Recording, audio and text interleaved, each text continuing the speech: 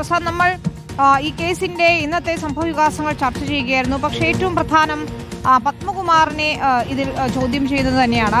അതിൽ നിർണായകമായ പല പേരുകളും പറയുമോ എന്നത് തന്നെയാണ് ആകാംക്ഷ. കാരണം കടകംപള്ളി സുരേന്ദ്രനിലേക്ക് ഉൾപ്പെടെ അന്വേഷണം എത്തിയത് CPM-നെ വല്ലാതെ പ്രതിരോധത്തിലാക്കും.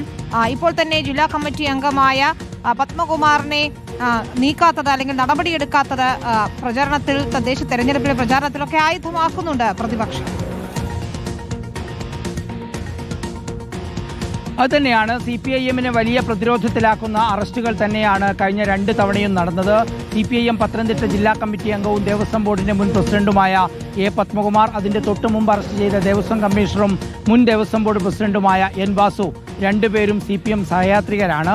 പത്മകുമാർ പത്തനംതിട്ട CPM ജില്ലാ കമ്മിറ്റിയിലുണ്ടെങ്കിൽ നേരത്തെ വാസു അവിടുത്തെ CPIM-ന്റെ തന്നെ പഞ്ചായത്ത് പ്രസിഡന്റായിരുന്നു. CPIM പല പ്രധാനപ്പെട്ട പോസ്റ്റിലേക്കും പരിഗണിക്കപ്പെട്ട ആളുമാണ്. അതുകൊണ്ട് തന്നെ പോറ്റിയുടെ അറസ്റ്റ്, അതിന് പിന്നാലെ ഉണ്ടായ ഉദ്യോഗസ്ഥരായ മുരാരി ബാബുവിൻ്റെയും സുധീഷ് കുമാറിൻ്റെയും KS ബൈജുവിൻ്റെയും അറസ്റ്റ്, അതിന് പിന്നാലെ വന്ന 2 പേരുടെ അറസ്റ്റും അക്ഷരാർത്ഥത്തിൽ CPIM-നെ പ്രതിരോധത്തിലാക്കുന്നത് തന്നെയാണ്.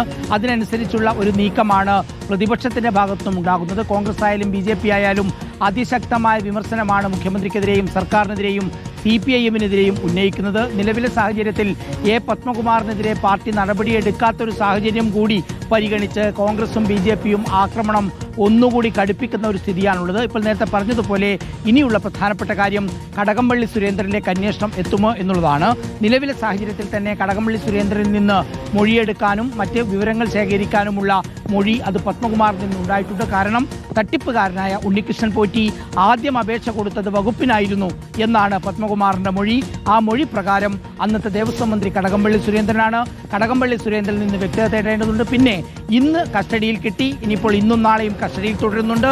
ഈ സമയത്ത് എന്താണ് പത്മകുമാർ പറയുന്നത് എന്നുള്ളത് ഏറെ പ്രധാനമാണ്. നമ്മൾ കണ്ടത് അത് വാസു മുതൽ ഇങ്ങോട്ടേക്ക് ഉണ്ണികൃഷ്ണൻ പോറ്റി വരെയുള്ളവർ, അതിൻ്റെ തൊട്ടു മുകളിലുള്ളവരെ കുറിച്ചാണ് ആരോപണം ഉന്നയിച്ചത്. തനിക്കൊന്നും അറിയില്ല, എല്ലാം നിർദ്ദേശപ്രകാരമായിരുന്നു എന്നുള്ളതാണ്.